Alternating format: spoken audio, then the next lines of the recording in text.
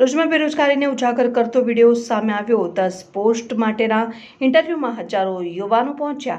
Interview માટે થયેલી ભીડમાં થઈ ધક્કામુક્કી। ભીડ એટલી ભારે હતી કે હોટેલની રેલિંગ તૂટી ગઈ। થર્મેક્સ કંપની દ્વારા અંકલેશ્વરની લોર્ડ્સ પ્લાઝા હોટલમાં ઇન્ટરવ્યૂનું આયોજન થયું હતું।